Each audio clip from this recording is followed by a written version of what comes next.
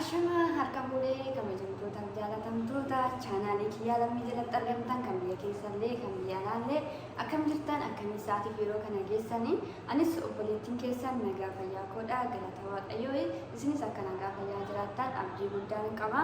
Har'a Asteer cinaatti argama akkuma na argaa jirtan kana isin jedha obboloota koo har'a wantoota ijoo dubbachuu fi akkasumas immoo wantoota irraa barannas jedhus viidiyoo kana keessatti ni argata jedhee jiran abdii guddaa qaba.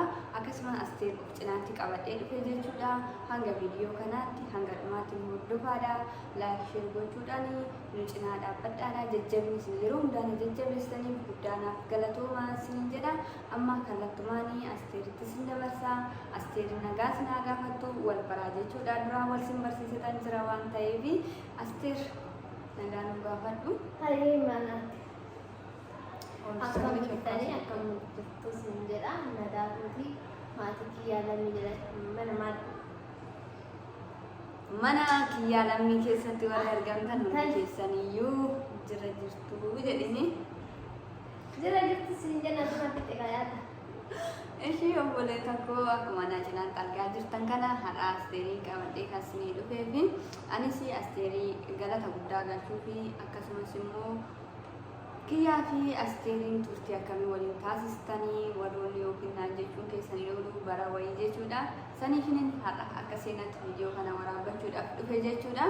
Egaa akka ani biyyarraa koorraa ergan dhufee waggaa afurii koo xumuradhee kan jira. Waaqayyoof galanni haa ta'uuti. Turtii kana keessatti Asteer wajjin hagaman dabarsee akkasumas oolman Asteernaaf oolte maalidha kan jedhudha kanan dhufee fi ani kaa biyyarraa akkuma dhufeeni mana kanatti kanan baradhee Asteeridha jechuudha. Asteer mana kana jirti yeroo sanayyuu keessa na dura waan dhuftee jirtuuf waa baay'ee babbarattee jirti jechuudha. Achiin ishiin dhuftee anis nan dhufee na fudhattee viidiyoo kee gaddaarratti warri dhageessan yoo jiraattanii manni kun baay'ee tokko nama natti fakkaan yeroo seenutti baay'ee tokko jijjiirama wayii natti kenne bakka maal jechuuti seenee barachaa deemu ishiin afaan kee dubbatti waan hunda dubbatti sanumaaf keessa darbee waaqa hojiitti seenee ana kan na fudhate immoo jaartidha. Yeroo san jaartii qofa mana kana jira niitiin ilmaallee hin jirtu ilmi siin jiru jaartii qofa jira. Jaartiin na jaalatteetuma isaanillee kaameraadhaan na laalanii niitiinis ilmi ishiitis jechuudha.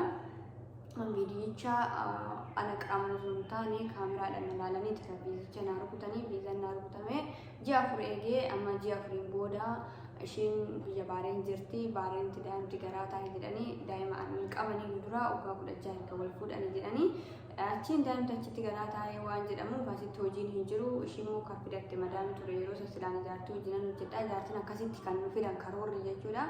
Sababa saniif bakka ishee bira adeemtu jedhanii ana tikeetti na kutanii achi deemee illee naan ji'a tokko viizaa achiin irratti hojjetanii achumaan ani Baareenitti illee ji'a 8 achi hojjedhe. Achiin daa'imnis dhalatee daa'imnis qabannee gara na dhufne ji'a wajjin as hojjennee asitti bakka argasii asii siidaan bokki tokko gad dhaabbatan teenye idduma lamaan deddeebi'aa ji'aan yookaan akkasitti bakka idduma lamaan waan deemaa tureef akkasitti jiraachaa turre jechuudha. Turtiin kiyya kana fakkaata. Amma as keessatti Asteer wajjin yeroo duras ji'a afurii wajjin ture. Waaqayyoof galanni haa ta'uuti. Guyyaa tokko osoo walitti hin jijjiirama fuula keenyaa osoo guyyaa tokko walirratti hin argine kanan ka'ee bira adeeme jechuudha. Akkasumas immoo Asteeris nama baay'ee cimtuu fi baay'ee kutattuudha dhugaa dubbachuudhaa fi turtii ishiin mana kana keessatti taasistes akkasumas seenaa ishiin mana kana keessatti qabdus baay'ee tokko kan keessa namaatii hin banne jechuudha. Amma mee kallattumaan gara ana oolmaa ishinaaf oolte waan tokko isiniif kaasee tananii akkasuma immoo gara seenaa waliin qabnutti isin dabarsa isin jedha. Anaaf ka Asteer oolmaa guddaa nama naaf ooledha. Dhugaa dubbachuuf ani oolmaa ishinaaf oolte keessa akka nama tokko jechuudha. Biyyarraa dhufe har'uma kanallee risiitiin birrii akkamitti akka itti ergamu akkamitti naaf birrii ergattu osoo naan jedhanii wanti keessa gadi bu'ee beekuu hin jiru jechuudha. Dhugaa dubbachuuf yeroon baankiidhaanis dhufetti yeroon biyyarraa dhufettis baankiidhaan xiqqoo garuu baankiidhaan nan ergadhee yeroo san rakkachaa ture guyyaa tokko baankii deemee akkas ergitu.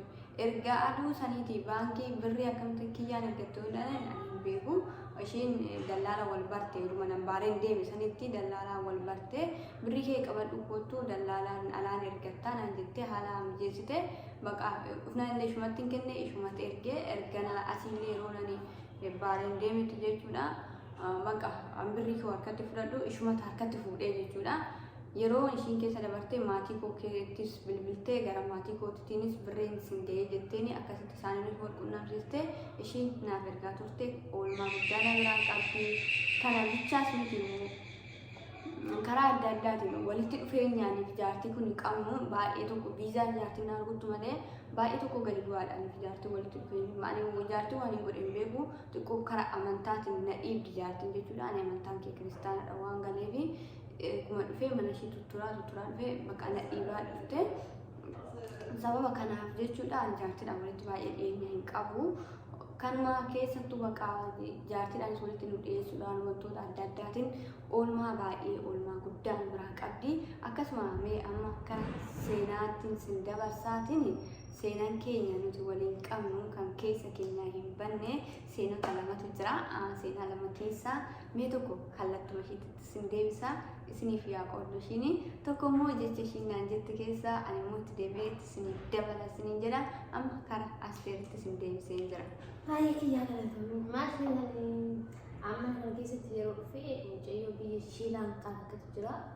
Sinii galashii siinii jedhan fakkaataa Shiilaanqaatu jira.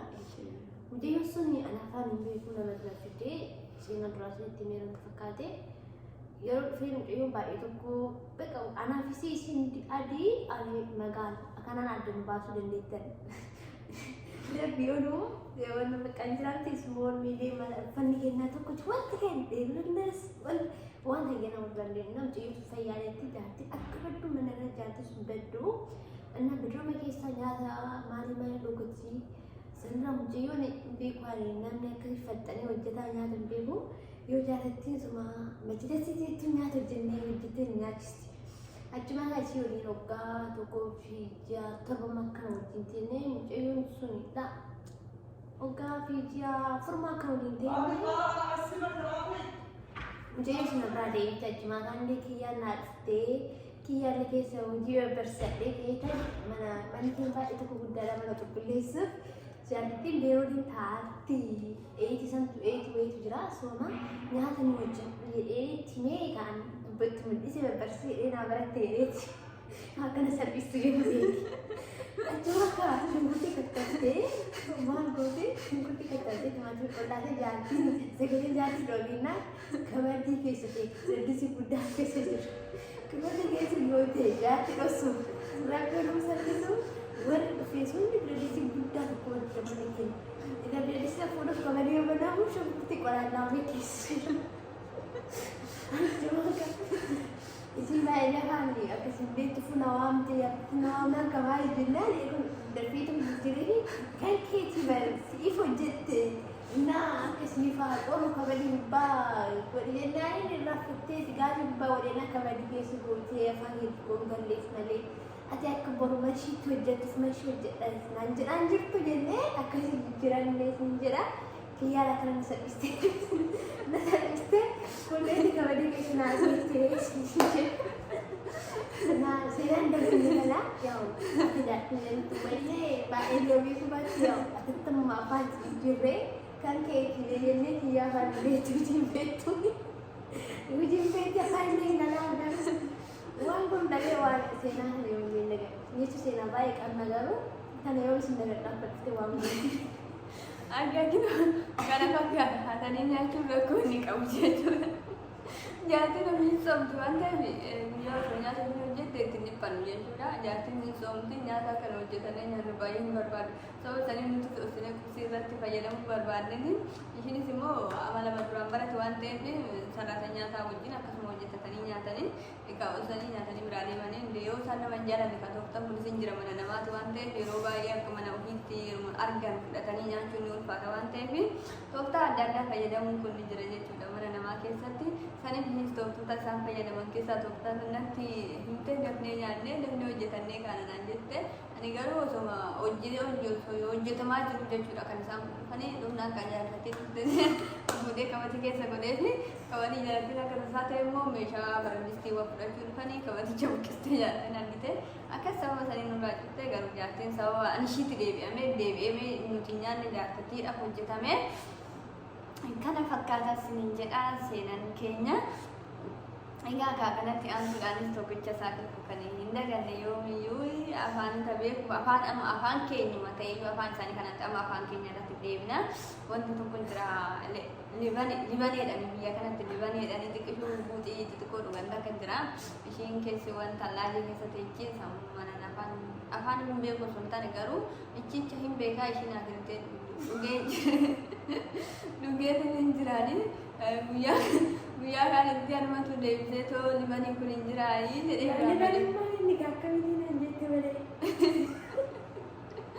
libanii maalidha anama libanii kana dhugee hin jira afiinaa kennuti ishiin dhugee hin jira ofii adda hin baafanne annatti fakkaata ammallee waan ishiin maal na gaafatte na simatu libanii jaartiin jetti libanii kakkamit nan jennaani kakkamit jenna sitti kennee jiru naan jette sitti kennee jirtu naan jette afaan osoo nama garagaraa ta'e afaan loqonnumti kun baay'ee tokko nama lolchiisa seenaan naganna keessa ani yeroo tokko garuu anillee aareetiin hin jira limman jalaa jedhe sitti kennee jiru gaafa naan jettu sitti kennee jiru kun maali jedheen loqoda isaanitti sitti kennee jiru nuti amma sitti kennee jiru hin fayyadamnu sii kennee jiru yookaan dhugdee hin jirtu sii kennee jedhama malee sitti kennee hin jiru naan jette mana kennitee ani akkasumatti garaatti qabadhe jechuudha gizee sun sitti hin dubbanne bara dabarfadhee kan itti dubbadhe ergasii ishiinillee baay'ee kufalte ani kanaafi akkatti na qabatte seene naan jette akkatti wal danda'uunis akkana keessaa wal danda'uunis ni jira akkanattis wal danda'uun waa baay'ee nurraa hubachaa jirtan jedhee tanaan yaada jechuudha karaa adda addaatiin yeroo ijoolleen keenya afaan tokko dubbannu akkasumas sabni keenya jechuudha afaan keessattuu ijoolleen keenya afaan tokko dubbatu wal danda'uu irratti baay'ee ulfaataadha kanaafuu wal danda'uun baay'ee barbaachisaadha yeroo tokko balleessatu tokko caal jechuun baay'ee barbaachisaadha obsa waliif kennanii sa'aatii waliif kennanii bara san dabarfatanii dubbachuunis baay'ee barbaachisaadha yeruma sanitti maaf akka naan jetta maaf akkas naan jettanii afaan keessa waliif deebi'uun mana namaa keessatti baay'ee ni ulfaata waan ta'eef kanarraa waan baay'ee waan guddaa baranna jedhee tanan yaada ani turtii yoo ta'eera ture tananii guyyaa akkas naan jettee nama kumachiistee jedhee itti dubbannaan ishiin irra deebitee kofaltee akka seenatti agammalee na qabattee sitti kennee jiruu fi sii kennee hin jiruun haga wal nama dhabsiisu geenya silaa eegar chaarjii baatarii yoo jedhu maalidha carraa kana jaallatanii fi wajjisti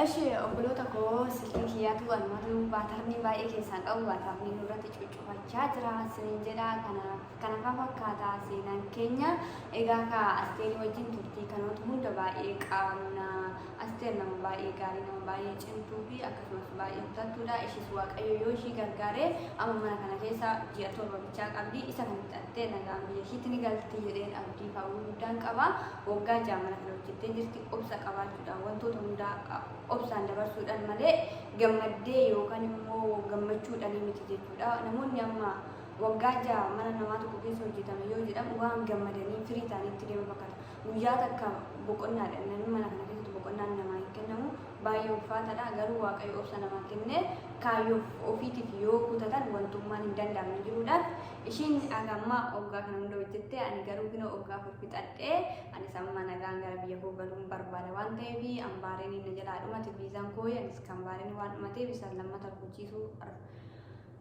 sadaffaa argachiisuun barbaaduun dheerataa waqtiin isaallee waan ta'eef anis nagaan biyya kootti galuun barbaada siniin jedhaa sababa kana wal qabsiisneeti kanan har'aa viidiyoo kana isiniif waraabaa jiru anis asumaan Dubaay eebbisuun barbaada Dubaay keessaa har'a nan baha yoo nan bahee itti hin deebi'u akka fedhaa fi eeyyama waaqayyootti yookaan fedhaa fi eeyyama waaqayyoo ta'ee yoo biyya galee ta'u hin beekamuudhaaf ta'e malee ani nan deebi'as jedhee hawwii hin qabu waaqayyo nagaan na haa galchuutiin dhugaa biyyi hambaa kan hambaati dhugaa yoo jabaannee kutannee too biyya keenya keessattis waan argannerraa gadi jennee hojjenne inuma jiraan maaliif biyya keenya keessatti gadi jennee hojjechuutu biyyaan baasee biyya gandaatti nu deddeebisa malee osoo kaayyeffannee karoorfannee biyya keenya keessattis inuma hojjenna.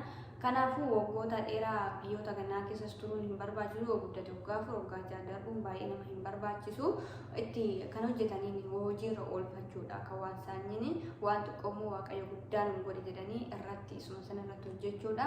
Kana hawwiin kootillee kana ni qabulleen galee waan hundumaa biyya koo keessatti ilaalee tanan jedhee tanan kaayyoo akkasiitan qaba waan ta'eef har'aaf biyyas galuu baadhu gara baareetti yoo nan deebi'e ji'a afur qofatu na hafaa walumaa galaayyuu anas sababa isaaniitiin garuu Dubaayitti akkana hin deebitu naan jedhan akka eeyyamaa fi biqaala isaaniitti nuti asitti jaartiidhaan baay'ee waa waliin taaneef malee zuurii tokko nagaa tureyyuu ananas deemu madaamiin koo tokko as deemti tokko as deemti waan ta'eef galanteessu ishiin sababa saniifuu tokko as nan deebi'a akka dura karoorri jirutti amma garuuti sababa nuti jaartiidhaan waliin taaneef as hin deebitu naan jedhamee jira anis baay'ee eebbiseetiin jira. Kana fakkaata obbolaawwan koo turtii kan hundaana wajjin taasistaniif hedduu guddaa galatoomaa isiniin jedha. Wantoota irraa asirraa hafee Asteeritti isiniif haa dabaltu. Anis isinuma cinaan jira gara Asteeritti isin dabarsa. Ashikiya. Naanis kiyyaa waliin seenaa jabaa qaba. Yeroo waliin deemu baay'ee hin qaaddu beektaa mammaa kan nama turti. Iqaati fasari ya bisa maqaatu mammaa kan yoo ka mammaa kan beekne ka si wajjin jiraachuun biro bareedee mammaa ta'e jaala mammaa tasanii jaala faa yuusi mammaa kan namni kan jira gara sadii jira maal jechuu barbaade jechuudha nama akka bareedee jedhee kan illee haa maali kotti gatii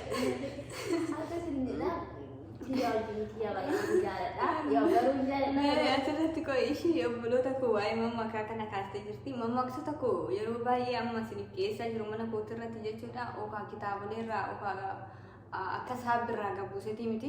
Garuuti namni xiqqoo cinaadhaan na gargaaranis ni jirani. Garuu aguma hawaasa naannoo koorraa dhaga'urraa keessuma kooti baasee barreessee yeroo yaadadhetti taa'ee barreessee tanani mammaksota koo kan isiniif dhiyeessaa jiru jechuudha mana kootirratti. Kana fakkaataa haabbiidhaan miti kanan fayyadamaa jiru. Asumaan waa'ee mammaksaa ishiitu kaasee yoo namni nattaasalee jechuudha. Amma dawlaanii kanarratti fayyadamuun hin barbaada keessi koo yeroodhaa gara yerootti mammaksota fayyadamuu nan barbaada. Garuu ofiin qaba akkuma ishiin amma mammaaksa nama tuqxetti kana ijoollee oldaanii kanarra wajjin haasofnuuni baay'ee mammaaksa kana ol baasee dubbachuu hin barbaadu. Namni maaliif namatti qabama yookaan mammaaksi dubbii fida dubbii fixa akkuma jedhamu sanii ani kallattiidhaan yookaan jecha mammaaksaniif yoo mammaakee hiriyoonni kootiin walitti buna kan jedhudha. Yeroo baay'ee of qabaa bakka itti dubbadhu sira malee yeroo baay'ee mammaaksi kun ofumaan naa dhufa yoosuma naa ta'u ofumaan naa dhufa isiniin jechuu barbaade tananii kallattuma ishiitti isin deebiseentiin jira. Akkasii kiyyaan mammaa kan qaadhi. Dubbatti garuu yeroo tokko kun jiraan ta'e yeroo si dubbatu mammaa kanatti. Oke, meelee shaala eeguma eeggadha. Eeggadha kiyyaan ta'e ta'in yoo si waaqaatti waan keessatti akkasii maaliin jiraniif majji qaali akkasii gooturee jedhaan yoo akkasii gongoleen duraan aarullee taate amma amala akkasii jechuun amala namaan barattu tokkofuma haasofni keenya xiqqoo adda addaa haasofni siitii fi keenya jechuudha. Kiyya baay'ee jaadha wajjin turtii gooteef guddaa galatoomii waaqayyoon nagaan biyya isii haa galchuu rabbi waan hojjette eebbisee si baay'isee yoo rabbi jedhe biyya ormaa kana rabbi siin deebisin jedhu yoo jaalladha wanti goddeefi rabbi nagaa biyya isii haa yoo na jaalattan illee warroonni sagalee koo dhageessan yoo summeetti nan dhufa jedhe naan lolaatoo firii viizaa naa kennaa malee summeettiin deemuu gonkumaadheen abdii qaba. Akkasiin rabbiin biyya keessa galchee maatii kee wajjin waliin si agarsiisu ayijoon jabaadhu guddattuudha. Kaagamaa jiraattee waaqayyo si haa gargaaru baay'ee tokko si jaaladha. Isinis maatii kiyyaa nagaa naaf jiraadha. Muraa buraa isin jirbaayya. Allee baay'ee si kabajaa baay'ee si jaaladha. Asteeriyyeetiyyaa fayyaa naa ta'ii baay'ee.